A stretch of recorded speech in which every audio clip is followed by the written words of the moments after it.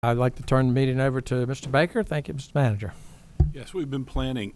The council had kind of asked to have an update on the Deep Creek AIW Bridge replacement project, and we have with us today Colonel Patrick Kinsman, the District Commander of the Army Corps of Engineers, and Mike Darrow, the Deputy District Engineer. And just by way of actually, we have a quarterly meeting with the Corps of Engineers that we've been doing for the last, well, as long as I've been here, the last 7 years.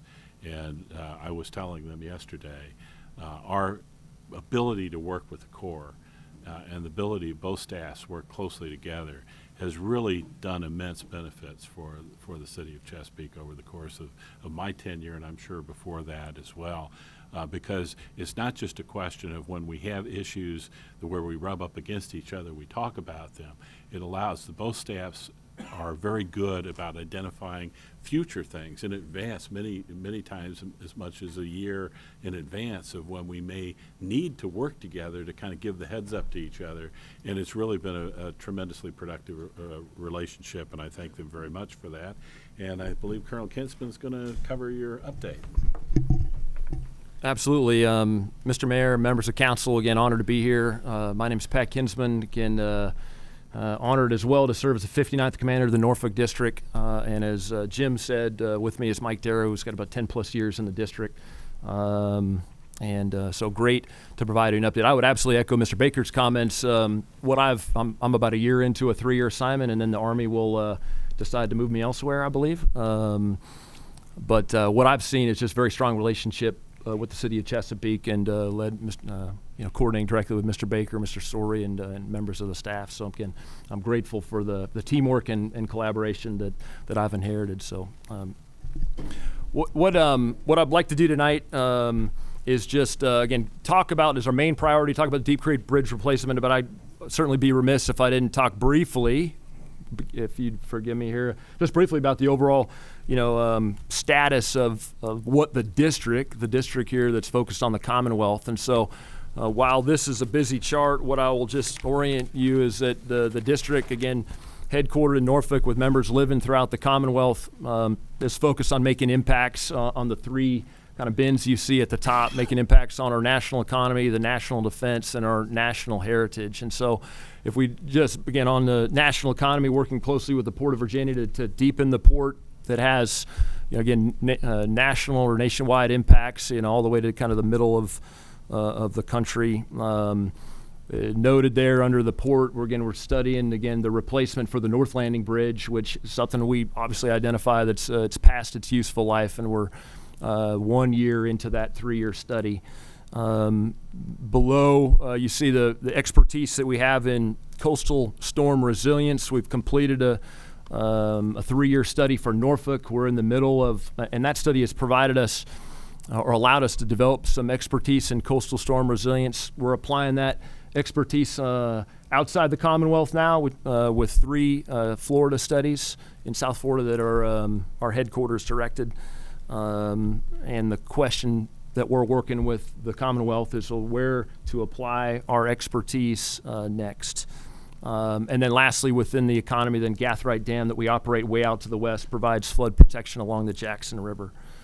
Under military and interagency construction, in addition to doing military construction for the Army and Air Force bases throughout the Commonwealth, we'll work for other agencies, NASA, NOAA, the National Park Service, and work closely to resolve their engineering challenges that they have.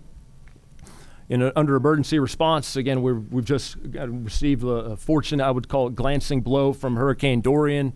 30 plus members of my staff relocated quickly to Richmond, established an emergency operations center, and we're poised to, again, work closely with the Commonwealth and FEMA if activated, and to respond to kind of needs across the Commonwealth as well. So the Corps of Engineers there and present during disaster response. That very colorful wheel is all the storms that the Corps responded to nationwide in 2018. Again, we're almost concluding our fiscal year 19, but as storms become more common we want to be more and more dangerous. Let's say we want to be poised and ready. Lastly, national heritage, again, closely tied with the Chesapeake Bay program, the EPA, and how we maintain the Chesapeake Bay, but move towards further restoration. We've got a project within the Lynn Haven, of course, within the city of Virginia Beach that we're working, and again with the newly recognized tribes in Virginia, we're working to partner more closely with them as they look to stand up their tribal operations. So, again, a very brief snapshot, and then this just articulates really, which is about a $300+ million program where we're working across the Commonwealth and some of our major customers. What I didn't cover earlier in the upper right, again, very honored to do the work at Arlington National Cemetery, where any of their infrastructure needs, your district here does, including what is a southern expansion, which will give the cemetery about a 25-year extension in useful life as an operating cemetery. So, yes, ma'am. So anyway, just a snapshot of what we're doing, and I want to get right to the kind of the meat of the issue, which is our Deep Creek Bridge replacement. I'm going to, again, kind of give you sorry, it's an Army acronym, I apologize, but BLUF, bottom line up front. And then I'll turn it over to Mr. Darrow for some of the additional details. So I would just open with, we're as frustrated as you are in terms of the schedule. We wanted to be have a contract under award or under contract this summer and be starting construction, and we are clearly delayed. And the primary reason for that delay is real estate. As the top line says, our current plan, we want to be ready to award by December and be underway with construction by April. But again, that is at high risk because of the real estate. We're coordinating closely not only with the city in terms of budget, but with VDOT as well, so that the financing lines up. And again, to the extension of real estate, we are working back through the Corps of Engineers budget chain, which will go into the president's budget to request additional monies to cover, what is a lengthened period of contract administration because of the delay. And lastly, again, in terms of, we'll show you a map of and the status of the parcels, but of the total 40 parcels that we need to construct, 9 parcels remain. And of those 9, we anticipate that several are likely to go into condemnation. And then as it says there, if condemnation, then we're going to add 6 to 9 months, which again is not the news you want to hear, but it's the facts. And we have to, Mike will talk through our real estate process as well, but that is the primary reason for the delay. Colonel, if I may, Yes, sir. Under the last bullet point there, several may go to condemnation, but at least at the moment we're continuing to negotiate with the hope that could be avoided. No, absolutely, sir. No, so the 9 are under negotiation directly. We hope that again, my real estate office can reach an equitable solution, but in several cases, right, it's my real estate team is getting the indication that it may not. So, thank you. Mr. Darrow. All right. Well, good evening, everyone. It's great to be back. I've briefed several of you probably a couple times on this bridge project over my 12 years in the district. If you want to go to the next slide, sir. Just want to really highlight a little bit on the key activity schedule. Colonel hit kind of the top. We finally got funding in FY 2016 and 17. That's all the funding that for the most part, the federal government's going to get. We are going to go back, as the Colonel said, to try and we need to get a little bit more because price escalation because of continued delays and ultimately to pay labor to administer the contract as we go forward.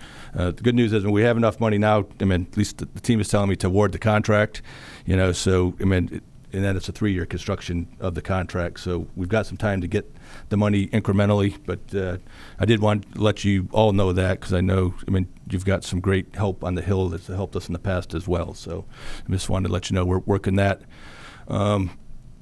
So since my last update probably 2 years ago, we've definitely finalized the design, the plans and specs. Again, working closely with VDOT to make sure we cover all the VDOT Federal Highways regs to make sure that when it comes for them to transfer money to you, it's fully compliant and you will get all the funds from them.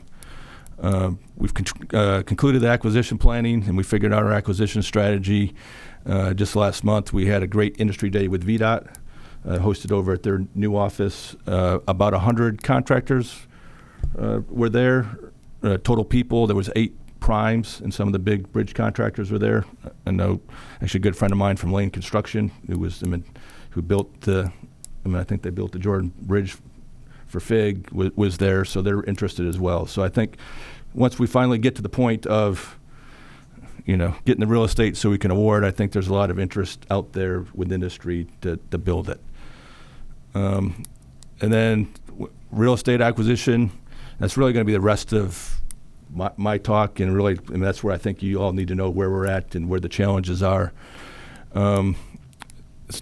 We've done a lot, although we're not quite there yet. So we started out the process with the property owners meeting, really trying to educate everyone on the process, so I understood the steps, and we're cognizant of what was going to come. So I think we did a pretty good job there. That was successful, but until you actually get through it and you get the paperwork from the Corps, sometimes there's still other questions out there. So we've had, I'll go, but we had to do surveys, so we surveyed everything. We've done appraisals, and that's really a key to our process. We do independent appraisals. We hired a contractor to do the appraisals to determine fair market value. And at the end of the day, that's all we can offer. We offer fair market value based on the appraisal. If the property owner disagrees with appraisal, they can clearly come back with more information, and that goes back to our multiple engagements. We're trying to get it right. We're trying to hear from the citizens, just understand. But at the end of the day, we can't go higher than the appraisal, and we clearly don't go lower. We're not trying to lowball anyone. We're trying to give them fair market value. And as you'll see, a couple more slides, I show a map of the parcels. Trying to actually determine that is a little tricky and hard for maybe the citizens to understand, because we're only talking about slices and pieces of property, and some are, we're not actually buying it. Some of it's just easements. So just trying to figure out that math and calculus causes some consternation, I would say, with the citizens. So, but we're more than willing to help. The dialogue helps to help understand that, because we're trying to get to yes. We do not want to condemn everything. We want to move forward, get to negotiations and move out. But I'm going to talk a little bit later about the timeline if we do. And it's not good for the project. It's not necessarily good for the citizen, because they're end up going to get the same amount of money anyways, and it's going to take them 2 years to get there, plus a bunch of lawyer fees. So we're trying to work with them, and we've been actually super patient. We've probably spent an extra year trying to do multiple engagements to try and get the yes voice going straight to condemnation, because we don't want to do that. But we are close to the point where we can't wait anymore. We need to build the bridge. We've had the money for a while, and we get asked about spending the money all the time. We've got $20 million sitting in our district that could be used someplace else. And more importantly, as we mentioned before, continuous dialogue with the city staff. We have, for the last couple of years, a monthly meeting with our folks and the city staff. And as we said, we started bringing VDOT in over the summer to try and make sure we're fully aligned and linked with them. And just finally, the kind of confusing slide on the right, this shows all the process of the civil works step. I circled down to we're at step 16. And I know a lot of you it's been a long journey to get there, but I think we're really close to getting over the finish line. Clearly not fast enough for all of us, and I've been here 12 years, and we were talking about this the first quarterly meeting I went to upstairs, and I want to get it done as much as you do. So next slide. Just a kind of summary, start on really the raw numbers of the real estate. So we had 40 total parcels that we had to acquire. The city owned 14. greatly appreciate, it's really support from the council and the foresight several years ago to provide money to buy property as it became available and was on the open market. And it's been a great help. So again, thanks for doing that. We've got one school division property, of course, the property we owned, and then more importantly, there's the 24 that we've been trying to work with the landowners and the parcels to come to a fair and equitable agreement so we can move out and get everything in place. So right now we've got, out of the 24, there's 15 offers that were signed. So we've agreed on price, agreed on principal. And you'll see later, once we do the signing, we still have to do a closing, just like you're closing on your house and your mortgage. You got to get the title, the deed, in the bank. So we've only got one of those through closing. A lot of the paperwork and packets are moving forward for the other ones, but we're working that. And really, active negotiations in 9. Those are the ones we'll highlight, and I'll show you exactly which ones those are at the end of the presentation. Having said that, it's a lot of work for, truthfully, not a lot of land. You look at, it's about 2+ acres. So the fee means that's what we're actually going to buy it. We'll buy it, and when the project's turned over, we'll give that to the city. But most of it's, drainage easements or temporary work easements just for the life of the project. Some of the easements we only need for a month or so. Some we need for the entire length of the project to put a crane there, et cetera, for lay down yard. So every parcel is different, which makes it a little bit confusing. We've had our engineers out going through the plans with landowners, talking through the details of exactly what we're doing to try and ensure that they understand what we're going to do, why it's important, and how they're going to be impacted. And again, as you all know, working sometimes through the utilities is challenging. We do have signed agreements with Dominion and Verizon, and just I think yesterday we actually sent the paperwork to Cox. We've agreed with Cox, so it's just a matter of getting that signed. So that's positive. So, and we continue to work and push. Can't have a good presentation without a flow chart. So I talked a little bit about the negotiation constraints, and that's really what law says we have to do. But really driven by the appraisals. Really want to call out the tips for the property owners. If nothing else, if you could, we can relay that to everyone. If you still have questions, those folks out there, continue the dialogue. Our folks have been face to face with many of the landowners. At their house, and meet them anywhere. Whatever it takes to be able to provide the information so they can move forward and we can get the real estate solidified. And then, just call us.